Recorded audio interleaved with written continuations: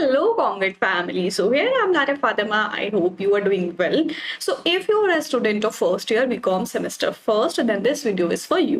अगर आप BCom कर रहे हैं semester first में है, then आपका एक subject होगा mathematical and statistical techniques. So यहाँ पर हम मुंबई यूनिवर्सिटी का syllabus complete कर रहे हैं. मैंने आपको detailed syllabus भी बताया है. उसमें से आपका एक topic है measure of dispersion. So आज के वीडियो में हम डिस्कस करने वाले हैं measure of dispersion के बारे में. क्या क्या टॉपिक्स पढ़ेंगे वो देख लेते हैं. सबसे पहले हम देखेंगे इंट्रोडक्शन एंड देन उसके बाद देखेंगे range and quartile deviation. Quartile deviation क्या होता है, उस रिलेटेड न्यूमेरिकल क्वेश्चंस भी हम यहाँ पर करने वाले हैं.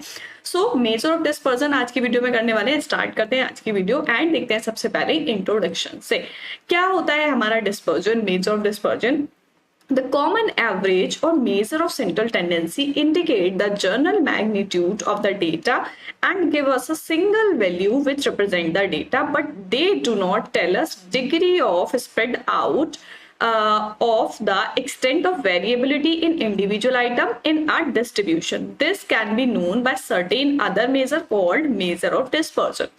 सो देखो, अगर आपने प्रीवियस वीडियोस देखी हैं, अगर आप स्टार्टिंग से सिलेबस कंप्लीट करते हुए आ रहे हो इसका, देन आपको पता होगा कि हमने जो प्रीवियस टॉपिक किया था वो था हमारा मेजर ऑफ सेंट्रल टेंडेंसी. ठीक है, सेंट्रल टेंडेंसी में आपके बहुत सारे टॉपिक्स होते हैं जो एवरेज होते हैं. एवरेज यहाँ पर क्या बोला है कि एवरेज आपके कई टाइप्स के होते हैं, मीन, मीडियन, मोड, तो वो सारे हमने डिस्कस किए. क्वार्टाइल, ठीक है, तो ये सारे जो आते हैं ये हमारे सेंट्रल टेंडेंसी में आते हैं. अब यहाँ पर बोला है कि जो कॉमन एवरेज होते हैं या फिर मेजर ऑफ सेंट्रल टेंडेंसी जो होती है वो क्या इंडिकेट करती है, वो जो भी एक डेटा लिया होता है उसकी एक सिंगल वैल्यू को रिप्रेजेंट करती है. ठीक है, जैसे मीन ले लिया तो मीन का मतलब क्या है, मिडिल वैल्यू. तो कोई भी ऑब्जर्वेशन आपको गिवन है, कोई भी रॉ डेटा गिवन है, तो उसकी मिड वैल्यू जो हो जाती है वो उसका मीडियन हो जाता है. तो वहां पर पूरे ऑब्जर्वेशन से हम एक वैल्यू निकाल लेते हैं, मिडिल वैल्यू. ठीक है, तो इसका मतलब क्या है कि पूरे डेटा जो आपने लिया है, पूरी ऑब्जर्वेशन जो है उसमें से एक सिंगल वैल्यू वहां पर शो करते हैं. बट यहां पर क्या बोला है कि जो सेंट्रल टेंडेंसी है, जो एक सिंगल वैल्यू हमें शो करती है, वो क्या नहीं करती, डिग्री ऑफ स्प्रेड आउट नहीं शो करती है. ठीक है, डिग्री ऑफ स्प्रेड आउट नहीं बताती है. तो यहां पर क्या बोला है कि वेरिएबिलिटी कितनी है, कि जो भी इंडिविजुअल टर्म है, जैसे अगर मान लो यहां पर हम 2, 5, 7, 9, 8, 4 ये ले लिया हमने ऑब्जर्वेशन. ठीक है, अब ये इवन है तो इवन में हम क्या करेंगे, मिडिल टर्म्स जो हैं उनसे निकाल लेंगे. अगर हम यहाँ पर एक नंबर और बढ़ा दें तो यहाँ पर ऑड टर्म जो है ऑड आ रहे हैं. ठीक है, तो ऑड में क्या हो जाएगा, मिड वैल्यू क्या हो जाएगी, 9 हो जाएगी. तो यहाँ पर ये मिड टर्म आ गई. अब इसमें क्या बोला है कि ये हमें डिग्री शो नहीं करता कि कितनी वेरिएबिलिटी है इंडिविजुअल टर्म्स में. जो अलग अलग टर्म्स है जैसे 2 हो गई, 5 हो गई, तो इनमें क्या चेंजेस हैं वो वेरिएबिलिटी यहाँ पर शो नहीं होती है, उसकी डिग्री शो नहीं होती है. ठीक है, ये हो गई हमारी सेंट्रल टेंडेंसी की बात. अब ये चीज जिसमें शो होती है वो सर्टेन मेजर्स कहलाते हैं मेजर ऑफ डिस्पर्जन. समझ में आ गया कि मेजर ऑफ सेंट्रल टेंडेंसी क्या है, जिसमें हम किसी एक सिंगल वैल्यू को वहां पर रिप्रेजेंट करें, बट जिसमें हम डिग्री रिप्रेजेंट करेंगे वो कौन से मेजर्स होते हैं, measure of dispersion. Dispersion in particular help in finding out the variability of the data. अब यहाँ पर क्या बोला कि सेंट्रल टेंडेंसी जो है उसमें वेरिएबिलिटी इंडिविजुअल आइटम्स की वहां पर नहीं दिखाई जाती है. तो डिस्पर्जन जो है उसमें क्या करते हैं, डिस्पर्जन हेल्प करता है एक सिंगल जो भी इंडिविजुअल आइटम है, जो भी डेटा गिवन है, उसकी वेरिएबिलिटी को फाइंड करना. ठीक है, that is the extent of dispersal और scatter of individual item in given distribution. अब यहाँ पर क्या बोला है, देखो डिस्पर्जन का मतलब क्या है, डिस्पर्स कर देना, बांट देना, है ना, स्कैटर कर देना, तोड़ देना. तो जो भी एक इंडिविजुअल आइटम है उसको हम जो भी डिस्ट्रीब्यूशन गिवन है, कितना डिस्पर्स कर सकते हैं, कहाँ तक उसको स्कैटर कर सकते हैं, वो हम डिस्पर्जन में निकालते हैं. ठीक है, such dispersal may be known with the reference to the central value or common averages such as mean, median, mode और स्टैंडर्ड वैल्यू. तो देखो जो हम डिस्पर्जन निकालेंगे उसमें भी हमें सेंट्रल टेंडेंसी की जरूरत है. अगर आपने सेंट्रल टेंडेंसी वाला टॉपिक कंप्लीट नहीं किया है देन आप जाके पहले सेंट्रल टेंडेंसी कंप्लीट कर लीजिए, उसके बाद ये डिस्पर्जन करोगे देन अच्छे से समझ आएगा, क्योंकि इसमें हमें मीन, मीडियन, मोड भी लेना है. यहाँ पर क्या बोला है कि ऐसे डिस्पर्जन जिसमें हमें रेफरेंसेस की जरूरत होती है सेंट्रल वैल्यूज की, या हम कह सकते हैं कॉमन एवरेजेस की, जो हमने प्रीवियस पढ़े हैं. कौन कौन से होते हैं, common averages, mean, median, mode. ठीक है, और स्टैंडर्ड वैल्यू. तो वो सारी चीजें हमें डिस्पर्जन में निकालनी होंगी.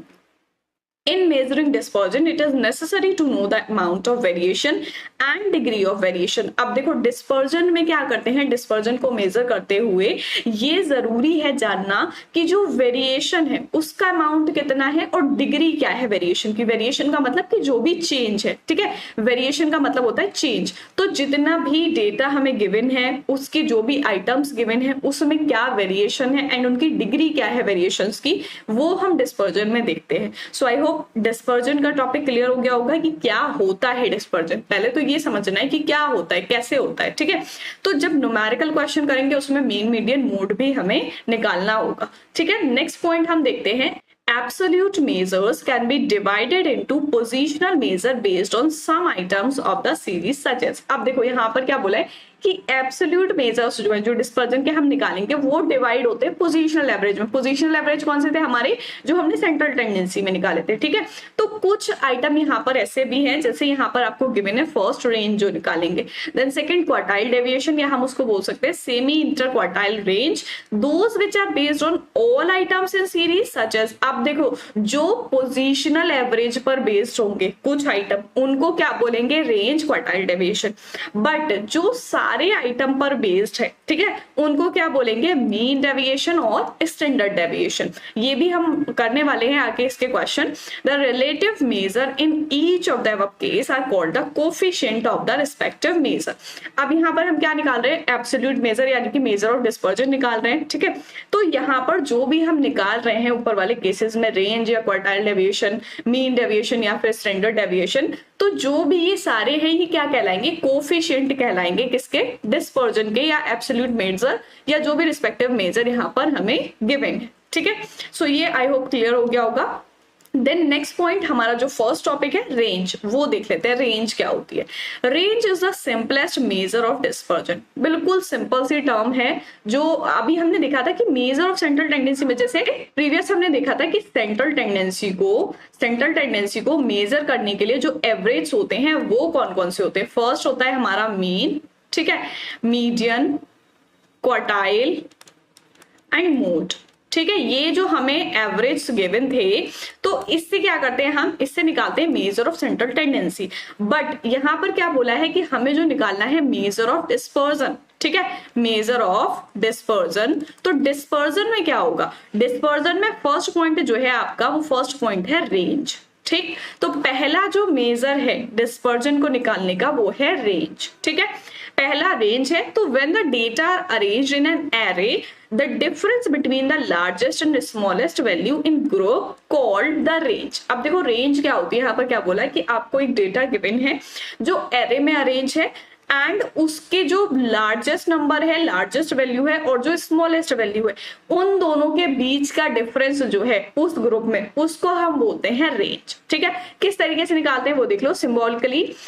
एब्सोल्यूट रेंज अगर हम निकालेंगे तो कैसे निकालेंगे, यहाँ पर ये आ गया हमारा लार्ज वाला और ये आ गया स्मॉल वाला। तो जो लार्ज आइटम है, लार्ज वैल्यू है, उसमें से स्मॉल वाली वैल्यू माइनस कर देंगे, where L is the largest value and S is the smallest value. यानी कि हम कह सकते हैं लार्जेस्ट वैल्यू में से largest value minus smallest value, ठीक है, स्मॉलेस्ट वैल्यू। तो इस तरीके से हमारी यहाँ पर रेंज निकल के आएगी। रिलेटिव रेंज का फॉर्मूला आपका क्या रहेगा, एब्सोल्यूट रेंज, ठीक है, upon sum of two extremes. दो जो एक्सट्रीम वैल्यू है उनका सम ले लेना है एंड एब्सोल्यूट रेंज ले लेनी है, ठीक है। सो इस तरीके से हम अब एब्सोल्यूट रेंज कैसे करके निकल के आएगी वो अभी हमने देखा। एब्सोल्यूट रेंज कैसे आएगी, जो लार्ज वैल्यू है, ग्रेटर वैल्यू है, उसमें से स्मॉलर वाली माइनस कर देंगे, एब्सोल्यूट रेंज निकल के आ जाएगी। तो रेंज का टॉपिक आपका इतना ज्यादा लंबा चौड़ा नहीं है, बहुत छोटा सा पॉइंट है रेंज का। आई होप क्लियर हो गया होगा। देन नेक्स्ट पॉइंट हम देखेंगे क्वार्टाइल डेविएशन का। क्वार्टाइल डेविएशन क्या होता है, quartile together with the median are point that divide whole series of observation into approximately 4 equal parts so that quartile measure give a rough idea of distribution on either side of the average। अगर आपने central tendency वाली video देखी है जिसमें हमने quartile topic किया था, तो आपको बिल्कुल क्लियर हो जाएगा कि क्वार्टाइल डेविएशन क्या होता है, बस उसी से थोड़ा सा रिलेटेड है। तो देखो क्वार्टाइल क्या होता है, अगर प्रीवियस वीडियो नहीं देखी देन मैं आपको समझा देती हूँ क्वार्टाइल क्या होता है, किसको हम क्वार्टाइल बोलते हैं। तो पहले तो क्वार्टाइल समझना जरूरी है, देन क्वार्टाइल डेविएशन देखेंगे। तो क्वार्टाइल डेविएशन यहाँ पर क्या बोला है कि क्वार्टाइल जो है मीडियन मीडियन के साथ साथ क्या मतलब है कि कोई भी एक ऑब्जर्वेशन है, कोई भी एक ऑब्जर्वेशन की सीरीज है, उसको जो 4 इक्वल पार्ट्स में डिवाइड करे उसको हम बोलते हैं क्वार्टाइल। ठीक है, जैसे इस तरीके से हम ले लेते हैं, ये हमारी ऑब्जर्वेशन है। ठीक है, ऑब्जर्वेशन यहाँ पर आपको कोई भी नंबर गिवन है, 2 से लेकर 10 तक आपको कोई भी डेटा गिवन है वो गिवन है। ठीक है, अब यहाँ पर जो 4 इक्वल पार्ट्स में इसको डिवाइड करेगा, ठीक है, आई थिंक ये इक्वल नहीं लग रहे हैं। ठीक, सो यहाँ पे इस तरीके से कर लेते हैं। ठीक है, 4 इक्वल पार्ट्स हो गए। अब देखो फर्स्ट वाला पार्ट ये हो गया हमारा, सेकेंड ये हो गया, एंड थर्ड ये हो गया, फोर्थ ये हो गया। ठीक है, 4 इक्वल पार्ट्स में डिवाइड कर रहे हैं, तो 4 इक्वल पार्ट्स वो यहाँ पर जो होंगे उसको हम बोलेंगे क्वार्टाइल। इट मींस कि ये जो पॉइंट जो है, जो पॉइंट हमें शो करता है कि ये पॉइंट जो है ये इसको डिस्ट्रीब्यूट कर रहा है, इसको डिवाइड कर रहा है पार्ट्स में, तो वो हमारा क्वार्टाइल होता है। जैसे ये हो जाएगा हमारा क्वार्टाइल 1। ठीक है, फर्स्ट क्वार्टाइल जो होगा Q1, and then second point जो डिवाइड कर रहा है वो हो जाएगा हमारा Q2, एंड जो थर्ड पॉइंट है वो हो जाएगा Q3। ठीक है, अब यहाँ पर Q1 Q3 आ गया, Q2 जो होता है उसको हम बोलते हैं मीडियन। मीडियन क्यों बोलते हैं? क्योंकि आपने देखा होगा कि जो भी पॉइंट 2 इक्वल पार्ट्स में जब ऑब्जर्वेशन को डिवाइड करेगा उसको मीडियन बोलते हैं, यानी कि मिड वैल्यू जो होती है। सो यहाँ पर अगर आप Q2 देखोगे, सो इसमें जो है Q2 डिवाइड कर रहा है 2 इक्वल पार्ट्स में, सो यहाँ पर Q2 क्या हो जाएगा, मीडियन हो जाएगा। एंड देन निकालोगे क्वार्टाइल डेविएशन। क्वार्टाइल डेविएशन किस तरीके से निकालेंगे? क्वार्टाइल डेविएशन में Q3 माइनस Q1 अपॉन 2। तो Q3 की जो वैल्यू निकालेंगे, Q1 की जो वैल्यू निकालेंगे, उन दोनों को माइनस कर देना है एंड डिवाइड कर देना है 2 से। In a symmetrical distribution, when Q3 is 75% plus Q1 is 25% is half, the value reached would give median, that is the midpoint of 75% and 25%. अब देखो symmetrical अगर distribution हम करें, so deviation में क्या होगा? deviation यहाँ पर हमारा क्या शो कर रहा है? अगर आप Q3 देखते हो तो Q3 यहाँ पर क्या है? Q3 का अगर इस तरीके से देखोगे, यहाँ पर 4 पार्ट्स में डिवाइड है, 1 2 3 4। ठीक है, सो Q3 का ये पॉइंट है। ठीक है, तो यहाँ पर 3 पार्ट हो गए एंड यहाँ पर 1 पार्ट हो गया। इट मींस कि Q3 की वैल्यू यहाँ पर कितनी आ रही है? 75% आ रही है। अगर परसेंटेज में इसको देखोगे तो टोटल परसेंटेज हमारी 100 हो गई। ठीक है, अगर 100 को हम 4 से डिवाइड करते हैं, ठीक है, इट मींस कि एक पार्ट जो है वो 25% का हो जाएगा। तो इट मींस Q1 जो है वो 25% हो जाएगा, Q3 मतलब 3 पार्ट्स का तो 75% हो जाएगा। ठीक है, तो Q1 और Q3 का 75 25 आ गया। अब जो मिड पॉइंट है Q2 की जो वैल्यू है, यानी कि जो हमारा मीडियन होगा वो क्या होगा? इन दोनों का डिफरेंस होगा, इन दोनों के बीच की वैल्यू जो होगी। तो इन दोनों के बीच की वैल्यू हमारी कितनी आ जाएगी? 50%। अगर आप इस तरीके से देखते हो, मिड वैल्यू क्या है? ये है। ठीक है, मिड वैल्यू यानी कि Q2 हमारा मीडियन बीच में आ रहा है, मिड पॉइंट पे आ रहा है, सो ये Q1 हो जाएगा। अब यहाँ तक जो है वो 25% है, फिर यहाँ तक जो है 25% है, क्योंकि एक पार्ट जो है वो 25 का है, तो 2 पार्ट जो होंगे वो 25 के हो जाएंगे। ठीक है, तो यहाँ पर 25 टोटल कितना हो जाएगा? 50। तो इट मींस जो मीडियन की वैल्यू आएगी वो 50% आ जाएगी। Thus, with semi-interquartile range, 50% of data is distributed around the median. यहाँ पर क्या बोला है कि सेमी क्वार्टाइल रेंज अगर आप देखोगे तो 50% डेटा जो है वो डिस्ट्रीब्यूट किया जाएगा मीडियन के अराउंड, मीडियन के लेफ्ट साइड या राइट हैंड साइड, अपर या लोअर। हम कह सकते हैं 50-50% में मीडियन जो है दोनों को डिवाइड करेगा। It gives expected range between which 50% of all data should lie. यहाँ पर क्या बोला है कि 50% डेटा ही वहां पर लाई करेगा, ये एक्सपेक्ट किया जाता है, क्योंकि जो मीडियन है, अब मीडियन में अगर आपको ऑब्जर्वेशन इस तरीके से दे रखी है तो 50% यहाँ पर जाएगा एंड 50% यहाँ जाएगा। तो बीच वाली जो पॉइंट है, मिड पॉइंट जो है, उसको मीडियन बोलते हैं। The quartile deviation is an absolute measure of dispersion. अब क्वार्टाइल डेविएशन क्या है? एब्सोल्यूट मेजर है डिस्पर्जन का। ठीक है, यहाँ पर क्या बोला था कि आपका जो क्वार्टाइल होता है, सिर्फ क्वार्टाइल जो है वो सेंट्रल टेंडेंसी का मेजर। ठीक है, एंड जो क्वार्टाइल डेविएशन है वो एब्सोल्यूट मेजर ऑफ डिस्पर्जन है। ठीक है, the corresponding relative measure of dispersion is, अब देखो रिलेटिव मेजर क्या होगा? कोफिशिएंट जब आप उसका निकालोगे क्वार्टाइल डेविएशन का, तो वो किस तरीके से निकालोगे? कोफिशिएंट ऑफ क्वार्टाइल डेविएशन यहाँ पर आपको शो हो रहा है Q3 माइनस Q1। ठीक है, यहाँ पर Q3 minus Q1 upon Q3 plus Q1। It means कि जो आपका क्वार्टाइल डेविएशन का जहां पर भी कोफिशिएंट निकालने को बोला होगा, आपको Q3 निकालना है, Q1 निकालना है, ऊपर जो है यहाँ पर Q3 माइनस Q1 करना है एंड डिवाइड में Q3 प्लस 1 करना है, देन वहां पर कोफिशिएंट निकल के आ जाएगा क्वार्टाइल डेविएशन का। दोनों ही फॉर्मूले यहाँ पर देखने हैं क्योंकि न्यूमेरिकल क्वेश्चंस में दोनों ही चीजें निकालनी है, क्वार्टाइल डेविएशन निकालना है and coefficient of quartile deviation निकालना है। सो ये हो गया quartile deviation. Then next point है हमारा यहाँ पर कि क्या फॉर्मूले होते हैं आपके, ठीक है, कॉरस्पॉन्डिंग ऑफ Q1 मींस कि क्वार्टाइल 1 जो है उसका क्या फॉर्मूला होगा, कम्युलेटिव फ्रीक्वेंसी जो है, CF का मतलब कम्युलेटिव फ्रीक्वेंसी जो है n+1/4। n का मतलब है नंबर ऑफ ऑब्जर्वेशंस, जितनी भी नंबर ऑफ ऑब्जर्वेशंस आपको यहाँ पर गिवन है वो आ जाएंगी, n की वैल्यू +1 कर देना है अपॉन 4 कर देना है। 4 क्यों करें, क्योंकि क्वार्टाइल है। अब Q2 की वैल्यू यहाँ पर इट मींस मीडियन जो है, ठीक है, तो 2n+1/4 एंड देन Q3 की वैल्यू कम्युलेटिव फ्रीक्वेंसी की 3n+1/4। सो ये क्वेश्चंस में लगानी है, Q1 निकालना है, Q2 निकालना है, Q3 निकालना है। सो इसका एक क्वेश्चन कर लेते हैं। यहाँ पर आपको क्वेश्चन गिवन है, find the quartile deviation of daily wages in rupees of 11 workers given as follows. यहाँ पर क्वार्टाइल डेविएशन फाइंड करना है, डेली वेजेस गिवन है 11 वर्कर्स के। अब वो वेजेस किस तरीके से गिवन है, 125, 75, 80, 50, 60, 40, 50, 100, 85, 90, 45 रॉ डेटा आपको गिवन है। सो यहाँ पर क्या करेंगे, सबसे पहले इसको असेंडिंग या डिसेंडिंग ऑर्डर में लगा लेते हैं। सो सॉल्यूशन स्टार्ट करते हैं एंड इसको लगा लेंगे सबसे पहले असेंडिंग ऑर्डर में, ठीक है।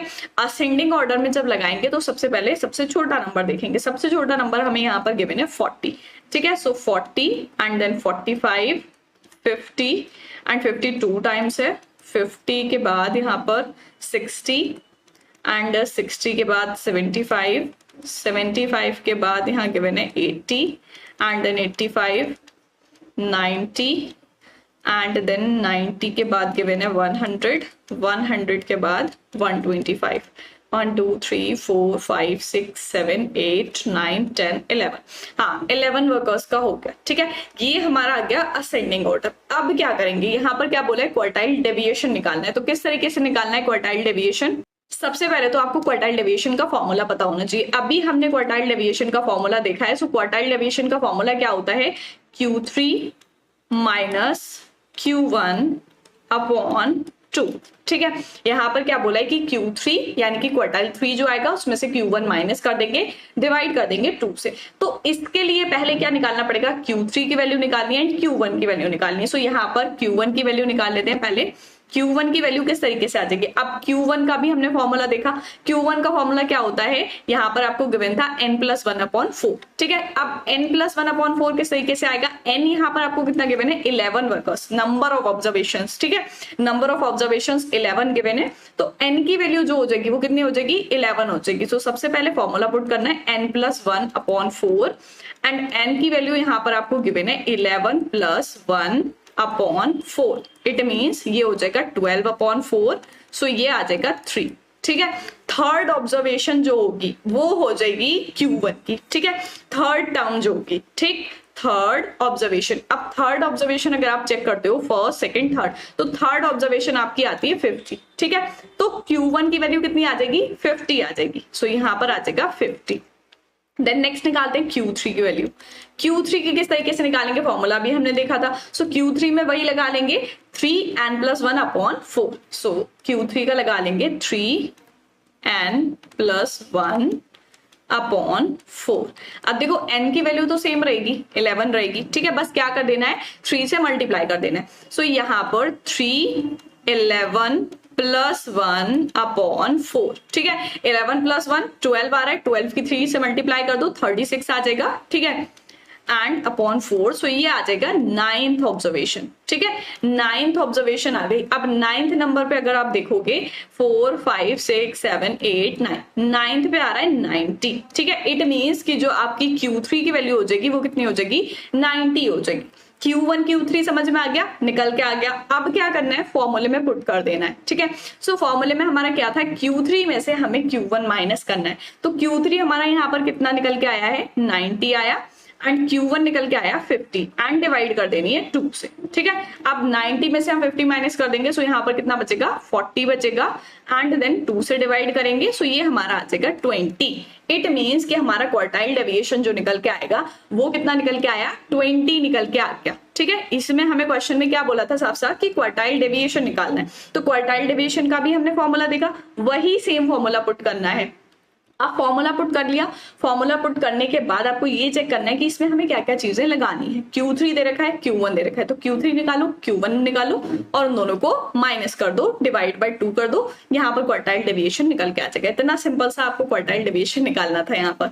सो नेक्स्ट देखते हैं, नेक्स्ट क्वेश्चन हमें गिवन है the following data gives the weight of 60 student in a class, find the range of the weight of central 50 student, 50% student.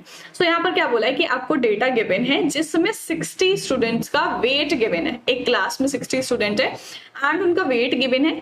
आपको यहाँ पर रेंज निकालना है, find the range of the weight central 50% student, 50% student का निकालना है, ठीक है, 50% स्टूडेंट। अब क्या क्या आपको गिवन है, वेट गिवन है, नंबर ऑफ स्टूडेंट्स गिवन है। वेट गिवन है 30 to 35 जो वेट है उसके जो स्टूडेंट है वो कितने स्टूडेंट है, 4 स्टूडेंट ऐसे हैं जिनका 30 to 35 वेट है। ऐसे ही 16 स्टूडेंट है 35 to 40, इस तरीके से यहाँ पर निकालना है। सो सबसे पहले वेट जो है, वेट का क्लास इंटरवल यहाँ पर लिख लेंगे 30 to 35, ठीक है। यहाँ पर डिफरेंस आपको देखने को मिल रहा है 5 का, ठीक है, 40 and then 40 to 45 and then 45 to 50, 50 to 55 and 55 to 60, ठीक है। नंबर ऑफ स्टूडेंट जो है, फ्रीक्वेंसी जो गिवन है 4, 16, 12, 8, 10 एंड 5, ठीक है। अब कम्युलेटिव फ्रीक्वेंसी निकालेंगे। कम्युलेटिव फ्रीक्वेंसी अगर आपको निकालनी आती है देन आपको पता होगा किस तरीके से निकालते हैं, अगर आपने प्रीवियस वीडियोस देखी हैं। नहीं पता है तो बता देती हूँ किस तरीके से निकालते हैं। फर्स्ट वैल्यू जो है हमारी वो सेम रहेगी, 4 रहेगा, ठीक है। अब कम्युलेटिव फ्रीक्वेंसी किस तरीके से निकालते हैं, 16 को 4 में ऐड करके। नेक्स्ट टर्म जो होती है फ्रीक्वेंसी की, ये जो है हमारी फ्रीक्वेंसी है, ठीक है। फ्रीक्वेंसी से हम कम्युलेटिव फ्रीक्वेंसी निकालते हैं, ठीक है। सो यहाँ पर 16 + 4 कर देंगे, सो यहाँ पर हमारी आ जाएगी 20, ठीक है। अब 20 + 12 कर देंगे नेक्स्ट टर्म, सो यहाँ पर नेक्स्ट आ जाएगी हमारी, ये आ जाएगा 32। अब 32 + 8 कर देंगे, ये आ जाएगा 40, 40 + 10 50 एंड देन 50 + 5 55, ठीक है। सो ये हमारी निकल के आ गई। अब यहाँ पर क्या करना है, हमें निकालना है रेंज ऑफ द वेट, ठीक है। तो सबसे पहले क्या करेंगे, फ्रीक्वेंसी का निकालेंगे, टोटल कितना आएगा, ठीक है। अब देखो यहाँ पर हमें क्लास इंटरवल गिवन है तो क्वेश्चन थोड़ा सा चेंज होगा, बाकी सारी चीजें वैसे ही करनी है। तो सबसे पहले हम निकालेंगे यहाँ पर n की वैल्यू, ठीक है। टोटल जो n का आएगा वो टोटल कितना आएगा, तो अगर आप फ्रीक्वेंसी का टोटल करते हो तो यहाँ पर आपका आ जाएगा 56, ठीक है, 56। इट मीन्स कि जो आपकी n की वैल्यू आ गई वो आ गई 56, ठीक है, 56 n की वैल्यू आ गई। अब क्या करेंगे, अब हम निकालेंगे यहाँ पर m की वैल्यू, ठीक है। m की वैल्यू किस तरीके से आएगी, n/4 करके, n/4, ठीक है। अब n की 56 है, डिवाइड बाय 4 कर देंगे, सो यहाँ पर हमारी आ जाएगी 14, ठीक है। ये वैल्यू हमें निकालनी थी। अब क्या करेंगे, 14 आई है हमारी n/4 की वैल्यू, ठीक है। n/4 की ही हम देखते हैं यहाँ पर 14 का, यहाँ पर देखेंगे कम्युलेटिव फ्रीक्वेंसी में 14 अगर हमें नहीं गिवन है उससे ग्रेटर वाला देखेंगे, उससे बड़ी कम्युलेटिव फ्रीक्वेंसी क्या गिवन है, तो 14 से बड़ी यहाँ पर 20 गिवन है, तो 20 कम्युलेटिव फ्रीक्वेंसी देखेंगे। अब 20 के कॉरस्पॉन्डिंग जो क्लास इंटरवल होगा वो क्लास इंटरवल यहाँ पर लेना है, ठीक है। अब 20 के कॉरस्पॉन्डिंग देखते हैं तो फ्रीक्वेंसी 16 आती है एंड क्लास इंटरवल यहाँ पर आता है 35 to 40, 35 to 40 आ गया एंड 16 फ्रीक्वेंसी आ गई। और अगर इसमें कम्युलेटिव फ्रीक्वेंसी लेंगे तो कम्युलेटिव फ्रीक्वेंसी यहाँ पर 4 लेंगे। सो यहाँ पर लिख लेते हैं हम L1 की वैल्यू जो होगी, ठीक है, L1 लोअर लिमिट, ठीक है, लोअर लिमिट जो हो जाएगी वो हो जाएगी 35 एंड अपर लिमिट यानी कि L2 की वैल्यू हो जाएगी 40 एंड फ्रीक्वेंसी जो रहेगी वो रहेगी 16 और कम्युलेटिव फ्रीक्वेंसी जो लेंगे वो लेंगे 4, ठीक है। कम्युलेटिव फ्रीक्वेंसी 4 हो जाएगी। अब यहाँ पर क्या बोला है कि रेंज ऑफ द वेट निकालना है, सबसे पहले Q1 निकालेंगे देन Q3 निकालेंगे। सो Q1 का फॉर्मूला पुट कर लेते हैं, Q1 किस तरीके से निकालेंगे। सो यहाँ पर हम लगा लेंगे Q1 का फॉर्मूला, ठीक है। Q1 किस तरीके से निकालेंगे, L1 प्लस, अब देखो अगर आपने प्रीवियस वीडियोस देखी हैं देन आपको पता होगा कि Q1 किस तरीके से निकालते हैं। सो यहाँ पर Q1 का हम लगा लेंगे L1। L1 क्या होता है, हमारी लोअर लिमिट, जो भी क्लास इंटरवल दे रखा है उसमें लोअर लिमिट जो होगी, एंड देन M लगा लेंगे, ठीक है। M यानी कि n/4, प्रीवियस वीडियोस में हमने उसको n/4 लगाया था, इसमें M गिवन है तो M हमने निकाल लिया n/4 माइनस कम्युलेटिव फ्रीक्वेंसी, यहाँ पर माइनस में आ जाएगा कम्युलेटिव फ्रीक्वेंसी, ठीक है, अपॉन फ्रीक्वेंसी, एंड देन इसकी मल्टीप्लाई हो जाएगी आई से। आई मीन्स कि डिफरेंस जो है क्लास इंटरवल के बीच डिफरेंस जो गिवन है। सो यहाँ पर हमने लिखा है L1 की वैल्यू जो हमने लिखी है, जो हमने कम्युलेटिव फ्रीक्वेंसी निकाली है उसके कॉरस्पॉन्डिंग जो क्लास इंटरवल है वही लेंगे। तो L1 की वैल्यू यहाँ 35 है, ठीक है। सो यहाँ पर ले लेंगे 35 प्लस M की वैल्यू यहाँ पर हमारी 14 निकल के आई है, M की वैल्यू 14 आ गई है, ठीक है। M लगा लेंगे 14 एंड देन कम्युलेटिव फ्रीक्वेंसी हमने ली थी यहाँ पर 4, ठीक है। सो कम्युलेटिव फ्रीक्वेंसी लगा लेंगे 4 एंड फ्रीक्वेंसी जो ली है वो ली है 16, ठीक है। फ्रीक्वेंसी F की वैल्यू जो है वो 16 है, और अगर आप डिफरेंस देखोगे दोनों में L2 माइनस L1 अगर करोगे तो यहाँ पर 40 माइनस 35 है, ठीक है। 40 माइनस 35 करोगे तो यहाँ पर आपकी I की वैल्यू जो आ जाएगी वो 5 आ जाएगी। सो इट मीन्स यहाँ पर मल्टीप्लाई हो जाएगी 5 से, ठीक है। इसको फर्दर कैलकुलेट कर लेते हैं, देन यहाँ पर हमारा Q1 की वैल्यू निकल के आ जाएगी। सो 10/16 एंड मल्टीप्लाई बाय 5, ठीक है। इसको अगर हम डिवाइड करते हैं सो ये आ जाएगा 5 एंड 8 एंड 35 प्लस 5 की मल्टीप्लाई कर देंगे एंड 8 से डिवाइड कर लेंगे। सो यहाँ पर आ जाएगा 3.125, ठीक है। इट मीन्स जो Q1 की वैल्यू आ जाएगी वो आ जाएगी हमारी 38.125, ठीक है। Q1 यानी कि क्वार्टाइल डेविएशन जो हमारी क्वार्टाइल फर्स्ट जो है वो हमारा आ गया 38.125, ठीक है। अब क्या करना है, Q3 निकालना है, ठीक है। Q3 निकालेंगे। सो Q3 किस तरीके से निकालेंगे, Q3 का फॉर्मूला भी देखा है, यहाँ पर Q3 निकाल लेते हैं, ठीक है। अब Q3 के लिए हमें क्या चाहिए, देखो Q1 के लिए हमें चाहिए था n/4, अब Q3 का फॉर्मूला क्या था, तो Q1 का यहाँ पर हमने देखा। अब Q3 का किस तरीके से निकालेंगे, अगर आपने सेंट्रल टेंडेंसी वाला क्वार्टाइल का देखा है तो Q3 की वैल्यू किस तरीके से निकालते हैं, Q3 is equal to 3n/4, ठीक है। क्योंकि Q3 है तो 3 से मल्टीप्लाई कर देते हैं, डिवाइड बाय 4 कर देते हैं, तो n की वैल्यू तो सेम रहेगी 56 रहेगी, ठीक है। बट यहाँ पर क्या करेंगे, इसकी 3 से मल्टीप्लाई कर देंगे एंड डिवाइड कर देंगे 4 से, ठीक है। सो यहाँ पर 3 की 56 में मल्टीप्लाई कर दी एंड 4 से डिवाइड कर दिया, सो यहाँ पर आ जाएगा 42, ठीक है। 42 यहाँ पर निकल के आ गया M की वैल्यू। सो अब क्या करेंगे, 42 निकल के आ गया यहाँ पर। अब हम कम्युलेटिव फ्रीक्वेंसी देखेंगे कि 42 से ज्यादा वाली कौन सी है। यहाँ पर आपको 40 गिवन है एंड 50 गिवन है, तो 42 से ज्यादा यहाँ पर कौन सी आ रही है, 50 आ रही है। अब 50 के कॉरस्पॉन्डिंग क्लास इंटरवल और फ्रीक्वेंसी देखेंगे। 50 के कॉरस्पॉन्डिंग आ रहा है 50 to 55 क्लास इंटरवल और 10 आ रही है फ्रीक्वेंसी। इट मीन्स कि Q3 में जो वैल्यूज लगाएंगे उसमें क्या क्या लगाएंगे, क्लास इंटरवल लगाएंगे 50 to 55, ठीक है। Q3 में यहाँ पर आपका आ जाएगा इसमें L1, ठीक है, L1 आ जाएगा 50, L2 आ जाएगा 55, ठीक है, एंड फ्रीक्वेंसी आ जाएगी 10 और कम्युलेटिव फ्रीक्वेंसी जो है पर 40,